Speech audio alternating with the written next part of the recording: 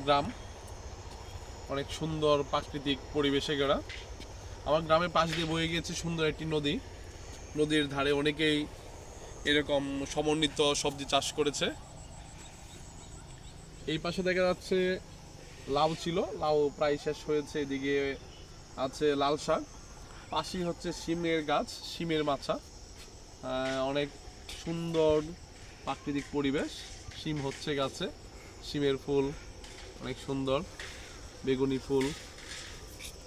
তাছাড়া শিমও হচ্ছে, অনেক সুন্দর শিম। এই তো হচ্ছে ছোট ছোট শিম, মনে হয় বড়গুলো মনে হয় উঠিয়ে ফেলছে।